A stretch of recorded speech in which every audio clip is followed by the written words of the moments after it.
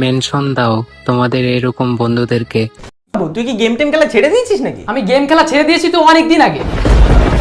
কি তুই এই বয়সে ফ্রি ফায়ার খেলা ছেড়ে দিয়েছিস? তাহলে এখন কি করিস? কেন, পড়াশোনা করছি। এই পড়াশোনায় বাচ্চা কাচ্চাদের নষ্ট করে দিচ্ছে, এদের ফ্রি ফায়ারে মনই লাগে না। আরে আমি তোর বাবা মায়ের কথা ভাবছি, এই বয়সে ছেলেটা ফ্রি ফায়ার খেলা বন্ধ করে দিয়েছে, তাহলে ও ভবিষ্যতে করবেটা কি? এদের বয়সে আমি আমার বাবার পকেট মেরে মেরে টপ আপ করতাম, আর এখনকার ছেলেদের দেখো এটিএম কার্ড ধরিয়ে দিয়ে কোনো লাভ নাই। কি হবে, তোর বাবার কি মাথা খারাপ হয়ে গেছে নাকি? আমার বাবার শরীর তো অপি আছে, কিন্তু তোর কি হলো বলতো? কেন, আমার আবার কি হবে? তোমার কিছুই হবে না, তোমার ভবিষ্যৎ জান। যে বয়সে মানুষ ফ্রি ফায়ার খেলে বেড়ায়, সেই বয়সে তুমি বই ভরে বেড়াচ্ছ। বেড়াও বেড়াও, এখন বুঝবা না, বুঝবা পরে, দিন সামনে আসতেছে, যখন ছেলে মেয়ের একটা গান স্ক্রিনের নাম বলতে পারবে না, তখন বুঝবা। আচ্ছা তুই একটা শটগানের নাম বলতো। জানি না।